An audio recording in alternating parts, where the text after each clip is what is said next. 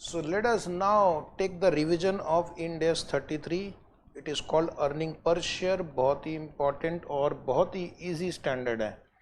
तो पहली बात तो इंडिया में सभी कंपनीज को ईपीएस डिस्क्लोज करना अभी मैंडेटरी हो गया है. ठीक है. तो जो भी कंपनी इंड एस अप्लाई करेगी they will have to calculate and present Ind AS. अगर आप सेपरेट फाइनेंशियल स्टेटमेंट बना रहे हैं तो सेपरेट फाइनेंशियल स्टेटमेंट के बेसिस पे इंड एस ईपीएस निकालेंगे. और अगर आप कंसोलिडेटेड फाइनेंशियल स्टेटमेंट बना रहे हैं तो सीएफएस के बेसिस पे भी आप ईपीएस निकालेंगे. दोनों के लिए आपको ईपीएस निकालना मैंडेटरी है. ठीक है. सीएफएस में भी ईपीएस मैंडेटरी है और सेपरेट स्टेटमेंट में भी मैंडेटरी है. हम ईपीएस जो है वो ऑर्डिनरी शेयर्स के लिए निकालते हैं. We calculate EPS for ordinary shares. We do not calculate EPS for preference shares. तो ऑर्डिनरी शेयर का मतलब क्या होता है? Which is subordinate to all other classes of equity instrument. Subordinate मतलब इसको कोई प्राथमिकता नहीं है, ना डिविडेंड पेमेंट के वक्त, ना अगर कंपनी लिक्विडेट हो तो एसेट मिलेगा उसको पहले. यानी कि ये जो जितने भी स्टेक होल्डर हैं तो सबसे लास्ट में खड़ा है, इसलिए इसको हम बोलते हैं ordinary share holder. He is subordinate to all other classes of equity share holder. इसको तभी प्रॉफिट मिलता है when all other type of share such as preference shares have already participated. Company can have more than one class of ordinary share. अगर एक से ज़्यादा ordinary class of share होंगे then EPS will be calculated based on their dividend right. किसी को dividend ज़्यादा मिलता है, किसी को कम मिलता है, तो दोनों क्लास के लिए अलग अलग ईपीएस निकालेंगे based on their dividend rights. Ordinary means no preference at all. No preference either in profit sharing और डिविडेंड. इस चैप्टर में आपको डाइल्यूटेड ईपीएस निकालना होता है. डाइल्यूटेड ईपीएस के लिए हम पोटेंशियल ऑर्डिनरी शेयर कैलकुलेट करते हैं. पोटेंशियल ऑर्डिनरी शेयर मतलब फाइनेंशियल इंस्ट्रूमेंट या दूसरे कॉन्ट्रैक्ट जो अभी इक्विटी शेयर नहीं है, अभी ऑर्डिनरी शेयर नहीं है, लेकिन उनके अंदर ऑर्डिनरी शेयर होने की पोटेंशियल है. आज नहीं तो कल वो ऑर्डिनरी शेयर्स बन जाएंगे.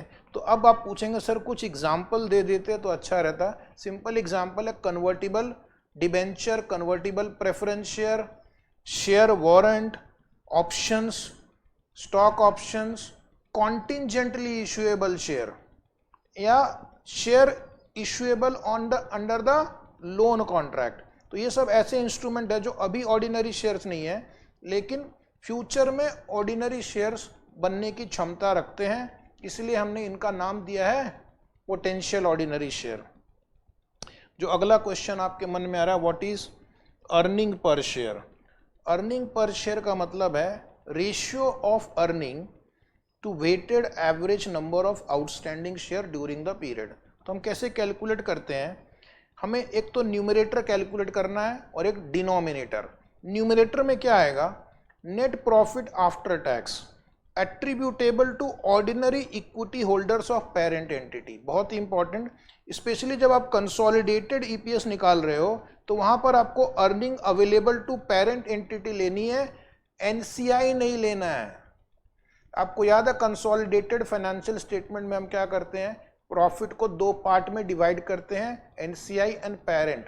तो जो पेरेंट के जो शेयर होल्डर को जो प्रॉफिट मिलेगा वो आपके न्यूमरेटर में आएगा and divide by weighted average number of share. Weighted इसलिए करते हैं बिकॉज शेयर अलग अलग टाइम पे इश्यू होते हैं, तो हम उसको अकॉर्डिंग टू द टाइम हम उसको वेट्स असाइन करते हैं. तो पहले मैं बेसिक ईपीएस का फॉर्मूला बता दूं. बेसिक ईपीएस का फॉर्मूला बचपन से सीखते आ रहे हैं.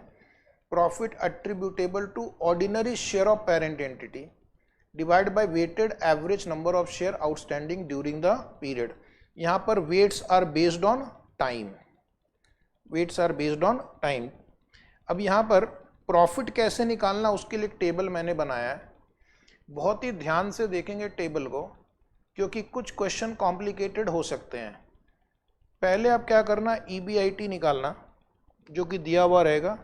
Minus interest, interest on debenture, interest on loan, interest on preference share capital which is classified as liability. Interest on preference share if classified as liability ऊपर आएगा, वो मिलेगा आपको पीबीटी, उसमें से टैक्स एक्सपेंस। ये टैक्स एक्सपेंस आपको calculate करना पड़ सकता है। इंडिया में प्रेफरेंस डिविडेंड अगर आप पे करते हो तो उस पर डिडक्शन नहीं मिलता है, तो टैक्स लायबिलिटी कैलकुलेट करते समय उसको कंसिडर मत करना। और उसके बाद अगर हमने प्रेफरेंस शेयर को इक्विटी ट्रीट किया है तो प्रेफरेंस डिविडेंड यहाँ पर माइनस होगा पैट के नीचे। प्रेफरेंस शेयर अगर लायबिलिटी है तो ऊपर एज एन इंटरेस्ट माइनस होगा, और अगर इक्विटी है तो एज ए डिविडेंड पैट के नीचे माइनस होगा इंक्लूडिंग कॉर्पोरेट टैक्स। और अगर आपने प्रेफरेंस शेयर को सपोज डिस्काउंट पे इशू किया था तो उसको हम अमोर्टाइज करते हैं, 90 पे इशू किया था, 100 उसकी फेस वैल्यू है, तो 10 रुपये जो वो अमोर्टाइज होता है over the life of preference share. And if the preference share is an equity instrument तो उसका amortisation of discount, amortization of discount on preference share will also be deducted. Anything payable to preference shareholder will also be deducted. और उसके बाद आता है deemed dividend or loss or gain on buyback of preference share, that is preference share which was convertible or irredeemable. इसके ऊपर मैं आपको थोड़ा और बताऊंगा। कभी कभी कंपनी क्या करती है, प्रेफरेंस शेयर को बाईबैक कर लेती है, समय के पहले रिडीम कर देती है, तो उसमें कंपनी को अगर फायदा या नुकसान हो रहा है तो उसको भी यहां पर हम एडजस्ट करेंगे। या कंपनी कभी प्रेफरेंस शेयर को कन्वर्ट कर देती है, उसमें अगर कंपनी को कुछ फायदा या नुकसान हुआ है तो उसको भी हम यहां पर एडजस्ट करेंगे। यानी प्रेफरेंस शेयर के बायबैक पे या कन्वर्जन पे जो भी गेन या लॉस होगा उसको हम एडजस्ट करेंगे। उसके अलावा एक और एडजस्टमेंट है, अगर आपने प्रिलिमिनरी एक्सपेंस सिक्योरिटीज प्रीमियम के अगेंस्ट राइट ऑफ किया है तो उसको आप ईपीएस निकालने के लिए वहां जो भी किया हो आपने अकाउंटिंग पर्पस के लिए किया होगा, बट ईपीएस निकालने के लिए आपको यहां पे लेस करना पड़ेगा to get the correct picture of the profitability. Is it right? तो कोई भी एक्सपेंस कंपनीज एक्ट में सिक्योरिटीज प्रीमियम में डेबिट करना अगर अलाउड है और आपने किया भी है, कोई बात नहीं, ईपीएस निकालने के लिए उसको यहां पर आपको एडजस्ट करना पड़ेगा to get the correct profitability picture. कुछ कंपनी ईपीएस बढ़ाने के लिए क्या करती है, कुछ एक्सपेंस जो आप डायरेक्टली सिक्योरिटीज प्रीमियम को चार्ज कर सकते हो, जैसे प्रिलिमिनरी एक्सपेंस आप करेंगे ताकि आपका प्रॉफिट बढ़े। हमारा स्टैंडर्ड बोलता है नहीं, ईपीएस निकालने के लिए उसको यहां पर आपको घटाकर दिखाना है, so that is profit attributable. अब अगर प्रेफरेंस शेयर है and if it is not a liability, preference share if it is not classified as liability, तो ये आपने पहले भी पढ़ा हुआ है कि अगर ये नॉन क्यूमुलेटिव है तो इसका डिविडेंड आप तभी डिडक्ट करोगे जब ये डिक्लेयर होगा। लेकिन अगर ये क्यूमुलेटिव है तो जब ये डिक्लेयर करो या मत करो डिविडेंड, इसको माइनस करना ही पड़ेगा।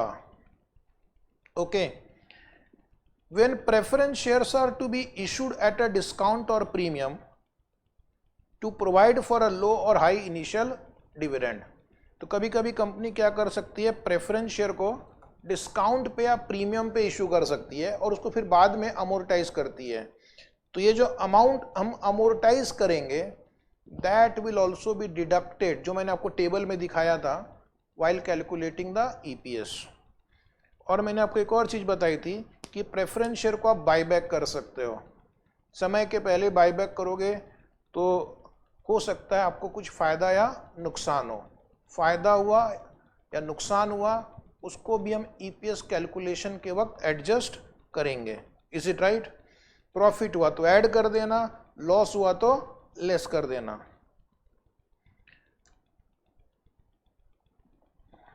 Preference share amount to be deducted in calculation profit और loss attributable to ordinary share holders, fair value of consideration paid to preference share holder, जो आपने अमाउंट पे किया माइनस कैरिंग अमाउंट। तो ये अगर पॉजिटिव आया तो आपको लॉस हो गया क्योंकि आपने ज़्यादा पे किया है, और अगर ये नेगेटिव आया मतलब आपने कम पे करके बायबैक कर लिया तो गेन हो गया है, इसको ऐड कर देंगे। इन शॉर्ट इतना याद रखना, प्रेफरेंस शेयर को अगर आप बायबैक करते हो गेन या लॉस होता है तो वो भी ईपीएस में आएगा। उसी तरह अगर आप प्रेफरेंस शेयर को अर्ली कन्वर्जन करते हो, मतलब कन्वर्जन की डेट है मान लो 2030, आपने 2025 में उसको कन्वर्जन कर डाला, उसमें भी क्या होता है, आपको गेन या लॉस हो सकता है, क्योंकि प्रेफरेंस होल्डर्स को आपको बोलना पड़ेगा कि हम आपको ज़्यादा बेनिफिट देंगे, तब जाकर वो अग्री हो सकता है अर्ली कन्वर्जन के लिए। तो उस केस में जो भी आप एडिशनल कंसिडरेशन पे करोगे compare to original term, that is also your gain और लॉस, और उसको भी आपको ईपीएस में एडजस्ट करना पड़ेगा। तो इसका भी मैंने फॉर्मूला आपकी बुक में लिख दिया ब्रैकेट में। Amount to be deducted in calculating profit और loss attributable to ordinary equity share holder is fair value of ordinary share और other consideration at the time of conversion, जो हमने दिया अर्ली कन्वर्जन के वक्त माइनस जो हम देते हैं ओरिजिनल कन्वर्जन के वक्त। अर्ली कन्वर्जन के वक्त हमने जो अमाउंट दिया उसकी वैल्यू वर्सेस जो हम उसको पे करते हैं एज पर ओरिजिनल कन्वर्जन, वो difference will be your gain और लॉस, उसको भी कंसीडर करेंगे eight the time of computing earning per share. तो ये हो गया, मैंने प्रेफरेंस शेयर की आपको कहानी सुना दी पूरी। अभी आ जाते हैं नीचे प्रिलिमिनरी एक्सपेंसेस पर। प्रिलिमिनरी एक्सपेंसेस का मैंने ट्रीटमेंट बताया। कंपनीज एक्ट के तहत आप चाहें तो उसको सिक्योरिटीज प्रीमियम में एडजस्ट कर सकते हैं, लेकिन ईपीएस निकालते समय आपको उसको अर्निंग्स में से लेस करके दिखाना पड़ेगा। फिर दूसरा चीज मैंने आपको बताया, weighted average number of share निकालना है आपको। सीधे क्लोजिंग नंबर ऑफ शेयर नहीं लेते हैं, उससे मैनिपुलेशन का चांसेस बढ़ जाएगा। यानी आपका ईपीएस आप बढ़ा सकते हो, घट सकता है। अगर आप सिर्फ लास्ट डे वाला लोगे तो हम क्या करते हैं, जैसे जैसे नंबर ऑफ शेयर आउटस्टैंडिंग में चेंज होता जाएगा हम उसका weighted average number of share consider करते हैं। सो वेटेड किसको हम वेट देते हैं, टाइम को, कि कितने पीरियड के लिए वो आउटस्टैंडिंग था। ठीक है, जैसे अगर आपके पास ओपनिंग बैलेंस में 100 शेयर है और 1 अक्टूबर को और आपने 100 शेयर इशू किया, तो इस 100 शेयर को मैं 6 महीने का वेट दूंगा। फिर यहाँ पर मेरे पास अब 200 शेयर हो जाएंगे, तो फिर 200 शेयर को मैं 6 मंथ का वेट दूंगा। Is it right? तो इस तरह से आप weighted average number of share calculate करेंगे। अभी मैं फिलहाल आपको कैलकुलेशन दिखा नहीं रहा हूँ, मुझे उम्मीद है आपने किया होगा, एक आध प्रॉब्लम तो जीवन में किया होगा। आउटस्टैंडिंग शेयर का मतलब है those shares which have been issued. Exam point of view से क्या शेयर एप्लीकेशन मनी को भी हम नंबर ऑफ शेयर आउटस्टैंडिंग में कंसीडर करेंगे? नहीं, अभी एप्लीकेशन मनी है, इसको हम कब कंसीडर करेंगे, जब शेयर अलॉट हो जाएंगे।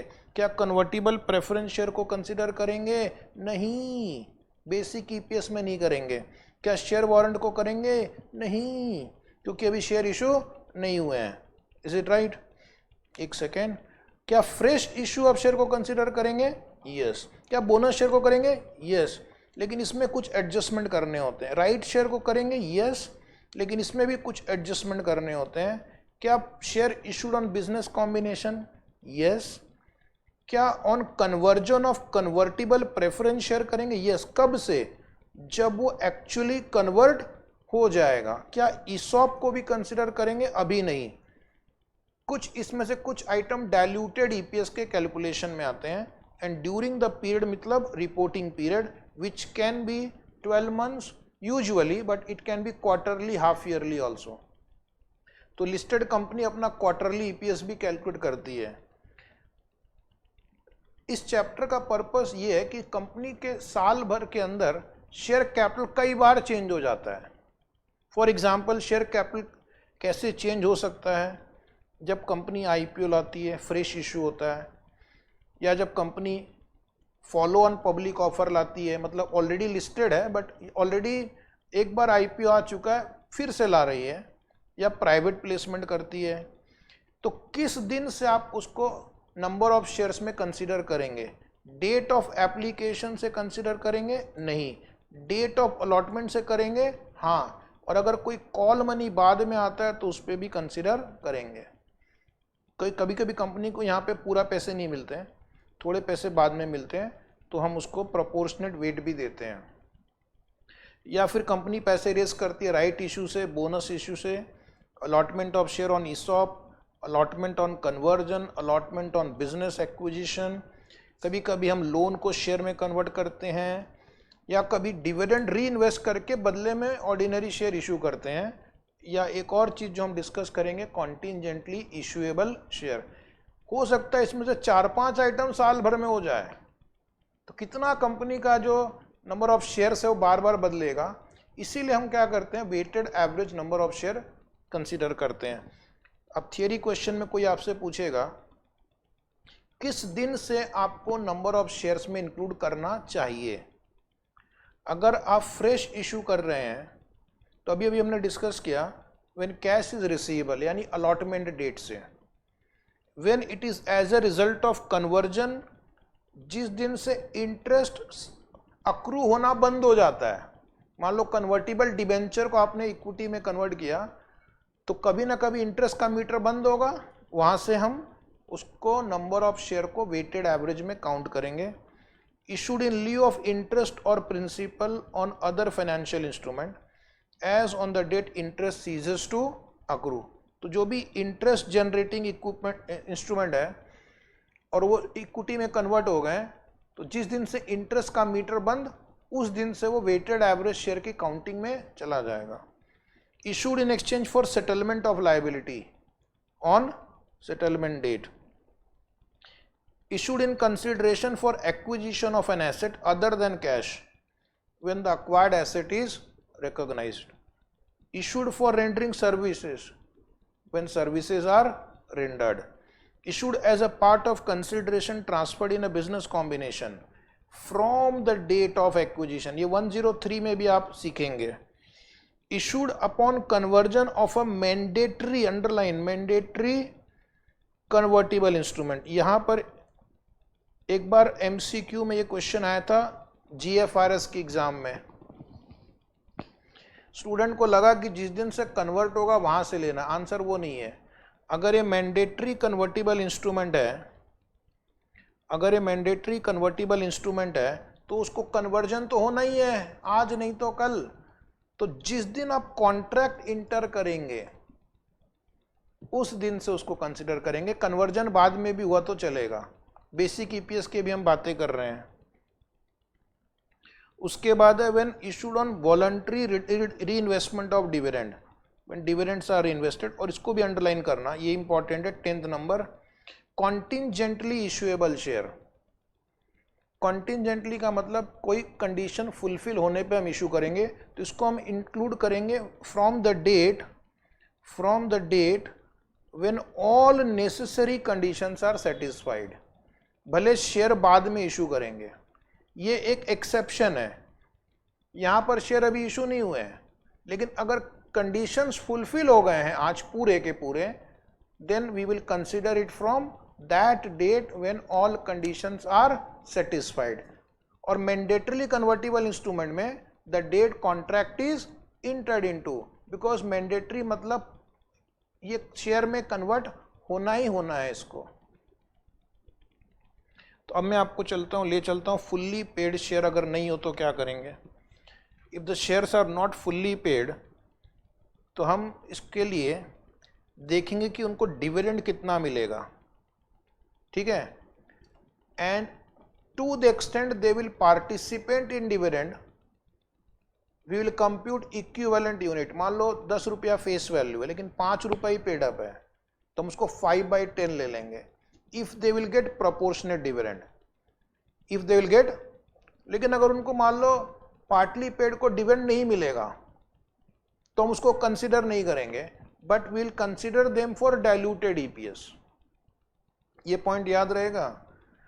अगर उसको डिविडेंड मिलेगा तो प्रोपोर्शनेट लेना है, और अगर डिविडेंड नहीं मिलेगा, कंपनी बोलेगी अरे तुमने पैसे नहीं दिए पूरे तो तुम्हें डिविडेंड नहीं मिलेगा, तो उसको बेसिक ईपीएस में नहीं लेना है, फिर उसको डाइल्यूटेड ईपीएस में कंसिडर करेंगे। उसके बाद है इंक्रीज और decrease in number of shares. Having no impact on resources. Shares तो बढ़ गया लेकिन उतना रिसोर्स नहीं चेंज हुआ, या घट गया लेकिन रिसोर्स चेंज नहीं हुआ। 3 एग्जाम्पल बताओ जहां पे रिसोर्स पे कोई प्रभाव नहीं पड़ता लेकिन शेयर्स बदल जाते हैं। एक, बोनस शेयर, दूसरा शेयर स्प्लिट, तीसरा reverse share split. Right issue में 2 चीजें होती हैं। राइट इशू अगर डिस्काउंट पे इशू हो रहा है, कम रेट पे इशू हो रहा है, तो उसमें कुछ बोनस का एलिमेंट रहता है जहां पे सिर्फ शेयर इशू हो गए बट बदले में रिसोर्स नहीं आया। और एक दूसरा पार्ट होता है जहां पर आपको शेयर भी इशू करते हैं और बदले में रिसोर्स भी मिलता है। तो हमारा स्टैंडर्ड क्या कहता है कि अगर आपको आपके रिसोर्स चेंज नहीं हुए हैं लेकिन नंबर ऑफ शेयर्स चेंज हुए हैं, bonus, stock split, reverse stock split, right share वगैरह की वजह से, so you will consider such issue at the beginning of the earliest comparative period. क्या करेंगे? Beginning of the earliest comparative period का मतलब, सपोज मैं 2024-25 मेरा करंट ईयर है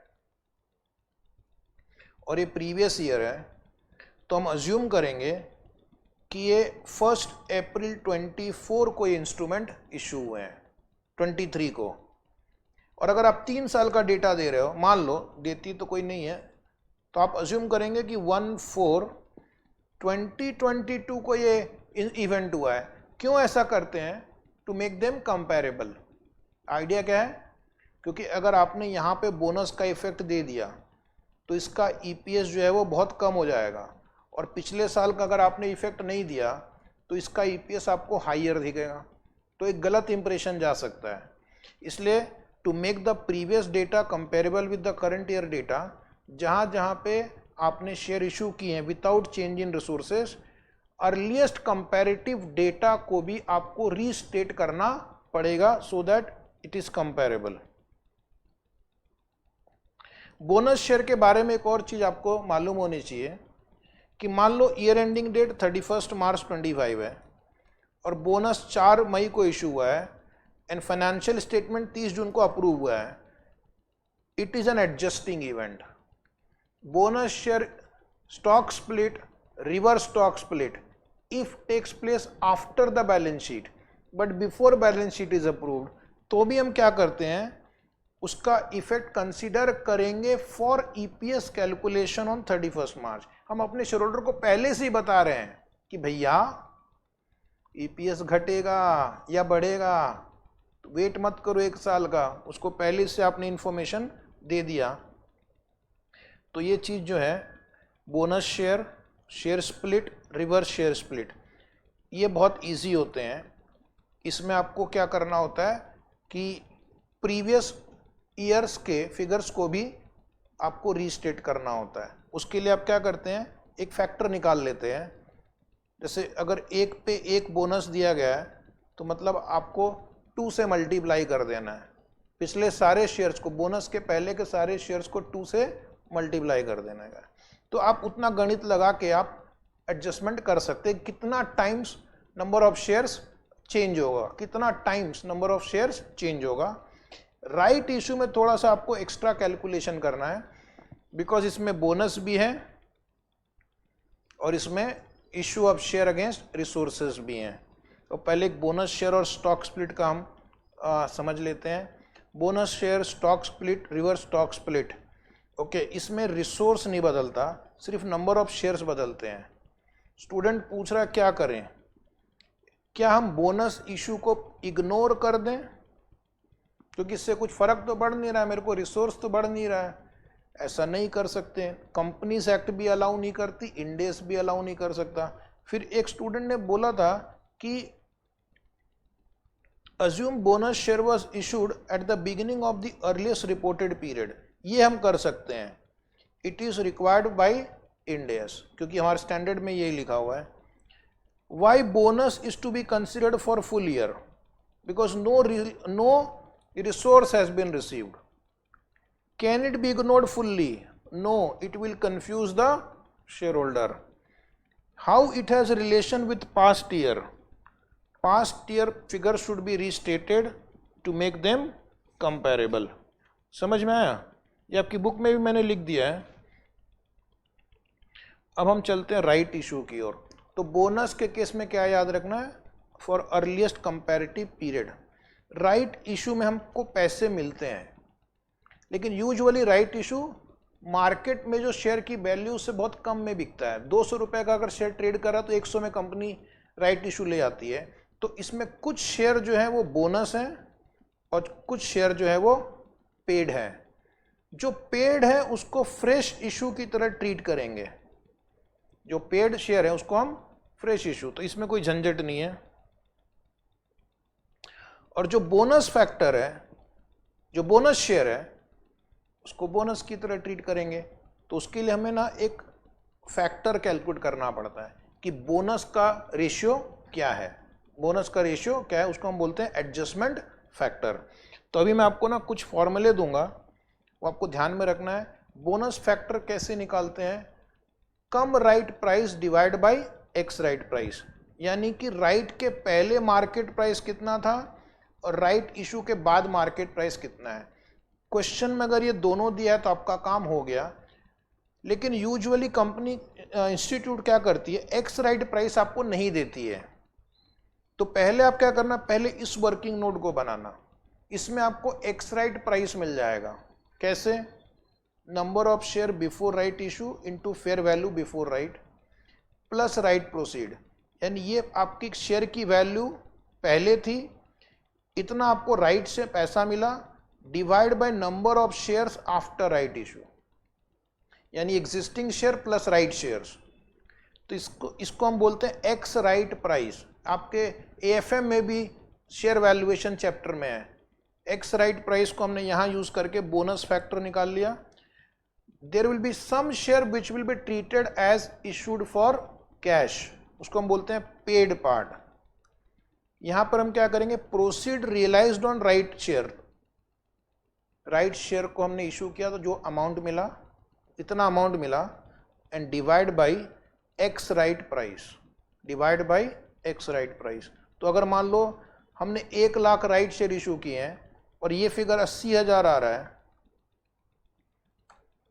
तो हम 80,000 लेंगे। फिर then will take as if 80,000 shares were issued for cash.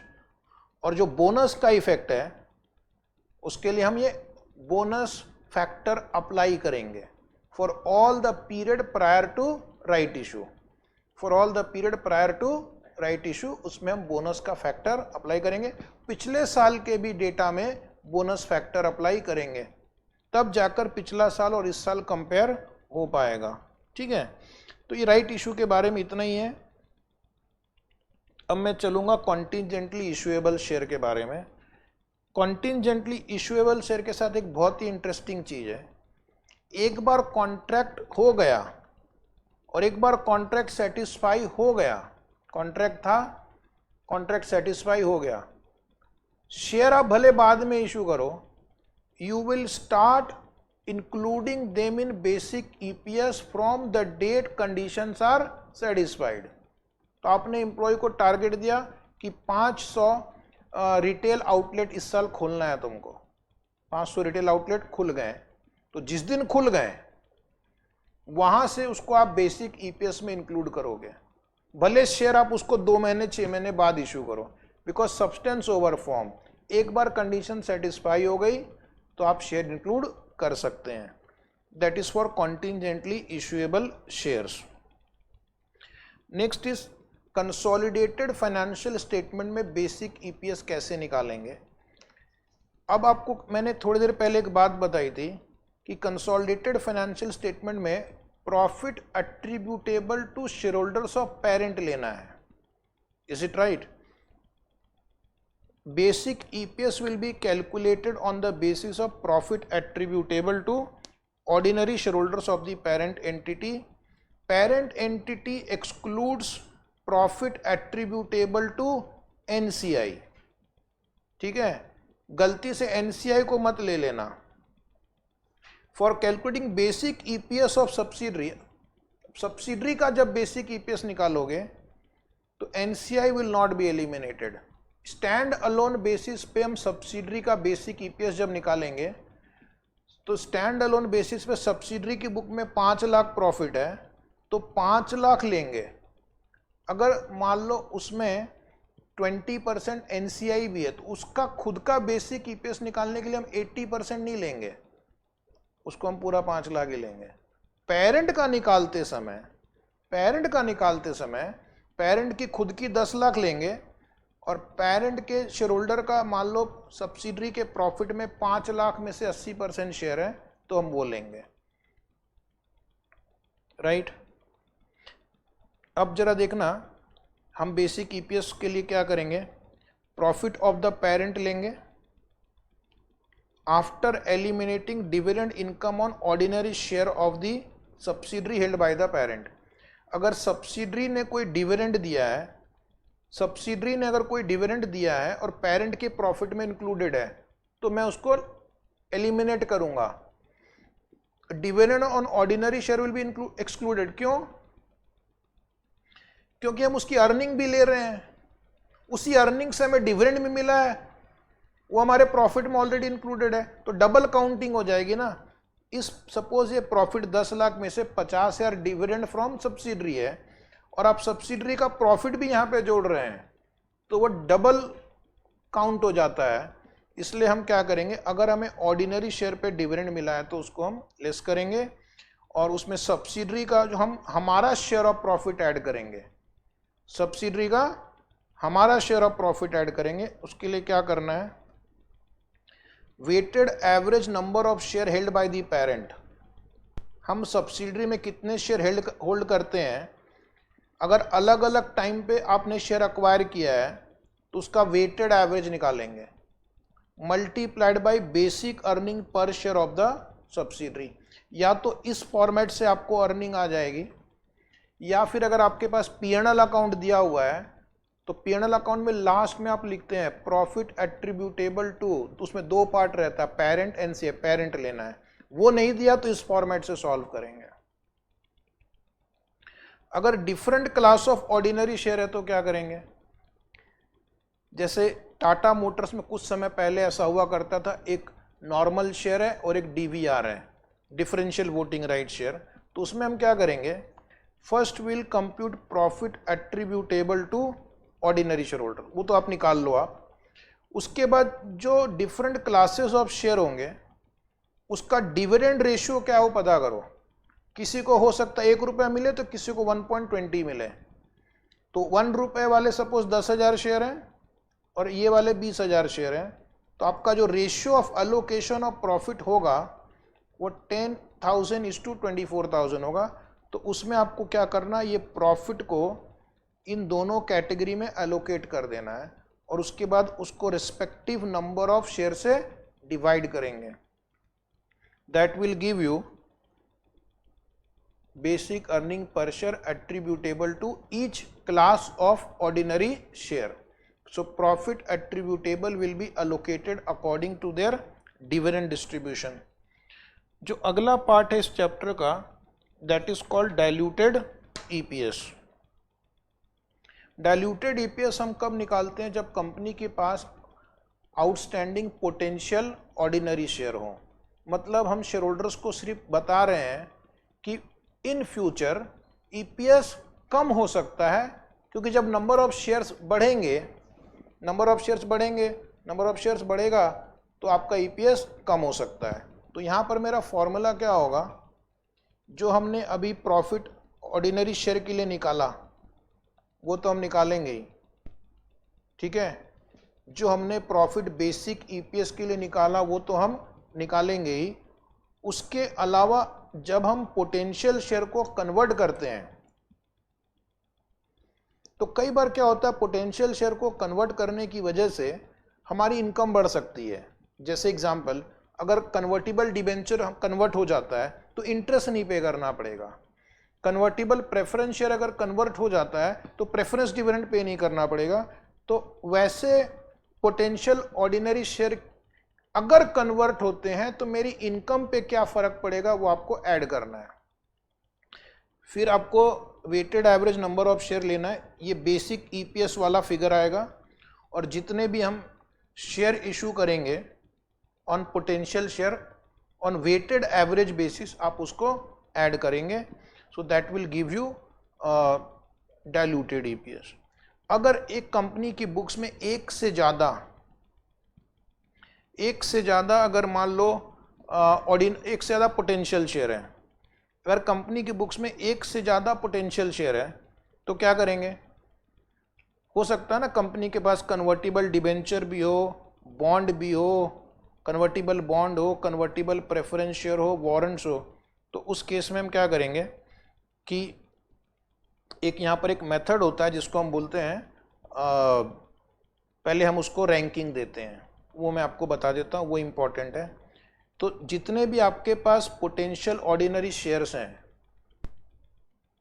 आप ये देखो कि अगर मैं उसको कन्वर्ट करता हूं तो मेरा इंक्रीमेंटल ईपीएस क्या होगा। पहला स्टेप क्या है? जो भी मेरे पास पोटेंशियल ऑर्डिनरी शेयर है, जैसे कन्वर्टिबल डिबेंचर है, कन्वर्टिबल प्रेफरेंस शेयर है, अगर ये कन्वर्ट होता है तो अर्निंग्स कितने से बढ़ेगी और नंबर ऑफ शेयर कितने से बढ़ेगा, तो इसका हम इंक्रीमेंटल अर्निंग पर शेयर निकाल लेते हैं। जितने भी पोटेंशियल शेयर है उनका इंक्रीमेंटल अर्निंग पर शेयर हम निकाल लेते हैं, ठीक है। उसके बाद हम उसको रैंक देते हैं, उसके बाद हम उसको क्या करते हैं? रैंक देते हैं। मतलब रैंक कैसे देंगे? जिसका इंक्रीमेंटल ईपीएस सबसे कम होगा, जैसे इसका ही मान लो 10 है और इसका 12 है, तो इसको मैं रैंक 1 दूंगा और इसको मैं रैंक 2 दूंगा। ऐसा हम क्यों करते हैं?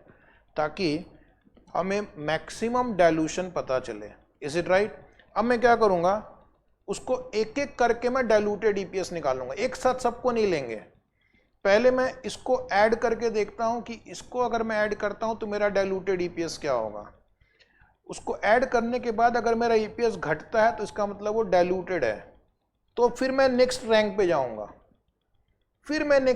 जाऊंगा, और जब तक ईपीएस डाइल्यूट हो रहा है तब तक आपको एक एक पोटेंशियल ऑर्डिनरी शेयर ऐड करते रहना है। Is it right? एक बार आपका ईपीएस बढ़ने लग गया तो समझ लेना एंटी डाइल्यूटिव इंस्ट्रूमेंट आ गया, आपको रुक जाना है। ये जो आप कैलकुलेशन करोगे कि कौन सा इंस्ट्रूमेंट डाइल्यूटिव और कौन सा इंस्ट्रूमेंट डाइल्यूटिव नहीं है, उसके लिए आप अर्निंग फ्रॉम कंटिन्यूइंग ऑपरेशन लोगे, लेकिन एक बार आपको पता चल गया कि कौन सा एंटी डाइल्यूटिव है तो उसके बाद आप टोटल अर्निंग पे ईपीएस निकालोगे। ओके, तो ये हो गया मेरा सीक्वेंस वाला प्रॉब्लम।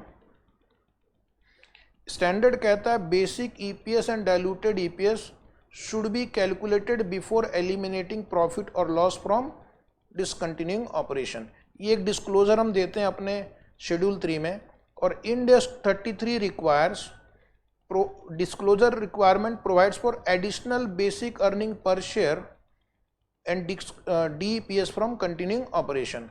तो बेसिकली आपको continuing operation, discontinuing operation, total operation का बेसिक एंड डाइल्यूटेड ईपीएस दिखाना पड़ेगा। और अगर मान लो कोई भी ऑप्शन है, अगर कोई भी ऑप्शन आपने इशू किया है, जैसे ESOP समझ लीजिए आप, तो ESOP के केस में क्या होता है, या कोई भी ऑप्शन के केस में क्या होता है, आपको कितने पोटेंशियल ऑर्डिनरी शेयर, बिकॉज कुछ पैसे भी मिलेंगे आपको, कुछ आपको पैसे मिलेंगे। आपने एम्प्लॉय को 1 लाख ऑप्शन दिए हैं, 200 रुपए में वो शेयर खरीद सकता है, ठीक है, तो फ्री में पूरा नहीं दे रहे हैं, कुछ पैसे मिल रहे हैं, लेकिन उसकी फेयर वैल्यू मान लो 500 रुपए है। तो इसमें कुछ शेयर तो आप कैश के बदले इशू करोगे और कुछ शेयर जो आप फ्री में इशू करोगे। तो यहां पर जो पोटेंशियल शेयर निकालना होगा उसके लिए आप क्या करोगे, 1 लाख टोटल शेयर आप इशू करोगे, इसमें से कितने शेयर अगेंस्ट कंसिडरेशन इशू करोगे। तो आप क्या करना, 1 लाख शेयर के बदले में आपको 200 रुपये करके वो पेमेंट करेगा, लेकिन मार्केट फेयर वैल्यू कितनी है, 500। ये हो गया टोटल शेयर इशू करेंगे, ये अगेंस्ट कंसिडरेशन इशू करेंगे। अगर डिफरेंस पॉजिटिव आ रहा है तो उतने शेयर आपके फ्री में इशू हो जाएंगे, उतने शेयर आपको फ्री में इशू हो जाएंगे। तो इसको हम बोलेंगे पोटेंशियल ऑर्डिनरी शेयर। जरा आंसर बताना कितना आ रहा है। 1 लाख ऑप्शन दिए हमने, 200 रुपये एक्सरसाइज प्राइस है, 500 रुपया फेयर वैल्यू है, 60,000 आ रहा है। तो 60,000 को आप क्या करेंगे, number of share issued without consideration treat करेंगे और उसको भी आप डाइल्यूटेड ईपीएस कैलकुलेशन के लिए कंसीडर करेंगे। सेम फॉर्मूला आप call option, put option, forward वगैरह के लिए भी यूज करते हैं। Is it right? यहां तक समझ में आ गया? अब आप यहां पर आ जाओ, कॉन्टिंजेंटली इशुएबल शेयर डाइल्यूटेड। बस एक ये वाला पार्ट मैं आपको बता देता हूं, उसके बाद ऑप्शंस वगैरह हैं, that is not very important right now. मान लो आपने कॉन्टिंजेंटली इशुएबल शेयर इशू मतलब कॉन्टिंजेंट कॉन्ट्रैक्ट किया है कि अगर ये कंडीशन सेटिस्फाई होगी तो शेयर इशू करेंगे। बेसिक ईपीएस में मैंने आपको क्या बताया था कि जिस दिन से वो कॉन्ट्रैक्ट फुलफिल हो जाएगा वहां से उसको हम बेसिक ईपीएस में कंसीडर करेंगे। अब कॉन्टिंजेंटली इशुएबल शेयर का डाइल्यूटेड ईपीएस में क्या रोल है देखते हैं। तो मैंने फ्लोचार्ट बनाया, इससे आपको समझ में आ जाएगा। बेसिक ईपीएस में हम क्या करेंगे, जिस दिन से कंडीशन सेटिस्फाई हो जाएगी वहां से हम उसको इंक्लूड करेंगे। डायग्राम दिख रहा है आपको? जिस दिन कंडीशन फुलफिल होगी वहां से बेसिक ईपीएस में वो इंक्लूड होगा। ठीक है, जैसे मान लो 1 नवंबर को कंडीशन फुलफिल हो गई, तो 1 नवंबर से लेकर ईयर एंड तक 31 मार्च तक ये 5 महीने बेसिक ईपीएस में चला गया। और ये हमने कॉन्ट्रैक्ट किया था मान लो 1 मई को, तो डाइल्यूटेड ईपीएस कैलकुलेट करते समय क्या करेंगे, if CIS has been included in basic EPS, ये बेसिक ईपीएस में इंक्लूड हुआ है, consider CIS in diluted EPS from the beginning of the year और date of contract which ever is later to the date when included in basic EPS. 1 नवंबर से बेसिक EPS में already आ चुका है, कॉन्ट्रैक्ट 1 मई को किया था, तो 1 मई से 1 नवंबर तक it will be considered in calculation of diluted EPS. और दूसरा क्या हो सकता है, दूसरा हो सकता है कि CIS is not included in basic EPS. ये हमारा ईयर एंडिंग 31 मार्च है, लेकिन अभी तक कंडीशन फुलफिल नहीं हुए थे, तो बेसिक ईपीएस में अभी तक वो नहीं आया है। So check on the reporting date, check on the reporting date whether conditions of contract are satisfied or not, whether conditions of contract are satisfied or not। तो अगर कॉन्ट्रैक्ट में कुछ कंडीशन है जो ईयर एंड पे मान लो satisfy हो रहे हैं, लेकिन अभी वो बेसिक ईपीएस में हमने उसको कंसीडर नहीं किया बिकॉज वो कॉन्ट्रैक्ट अभी भी ओपन है। क्वेश्चन में कहा गया कि machine will continue to perform give above a certain standard for 3 years। अभी हम फर्स्ट ईयर में ही है और फर्स्ट ईयर में मशीन जो है अबव स्टैंडर्ड काम कर रही है, लेकिन 3 साल का काम है, तो बेसिक में नहीं आया, लेकिन डाइल्यूटेड में आएगा। The answer is yes. अगर डाइल्यूटेड में आएगा तो हमने जिस दिन कॉन्ट्रैक्ट किया, मान लो 1 मई को किया, तो यहाँ से यहाँ तक वो डाइल्यूटेड ईपीएस में आएगा। और अगर हमने बिगिनिंग ऑफ देयर कॉन्ट्रैक्ट किया है या पिछले साल किया था तो पूरा आएगा। इस साल कॉन्ट्रैक्ट किया तो कॉन्ट्रैक्ट के डेट से लेंगे, पिछले साल किया तो बिगिनिंग ऑफ द ईयर। और अगर आपने ईयर एंड पे भी कंडीशन सेटिस्फाई नहीं की है, यहां पर लिखना not to be included in diluted EPS, तो फिर डाइल्यूटेड ईपीएस में भी नहीं आएगा। Is it right? तो यहां पर ये हमारा मेन डिस्कशन खत्म होता है। डिस्क्लोजर्स और कॉल पुट ऑप्शन के बारे में मैंने नीचे नोट लिख दिया है, बट जनरली एग्जाम में call option, put option, forward contract के क्वेश्चंस न तो आपके मॉड्यूल में है एक भी, न एग्जाम में भी आते हैं। वो मैंने दूसरे रेफरेंस बुक से लिखा था। सो डोंट वरी, ये जो मैंने समझाया है आज इसको आप रिवाइज करेंगे, आपके स्टडी मॉड्यूल के सारे क्वेश्चन आप प्रैक्टिस करो तो आपके एग्जाम में जो भी क्वेश्चन आएगा आप उसको कर पाओगे, ठीक है। So thank you very much. Are you feeling overstressed by your CA syllabus?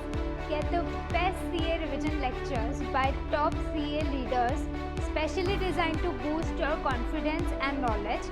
And the best part of the lecture is that they are available at super affordable prices and available at any time, anywhere.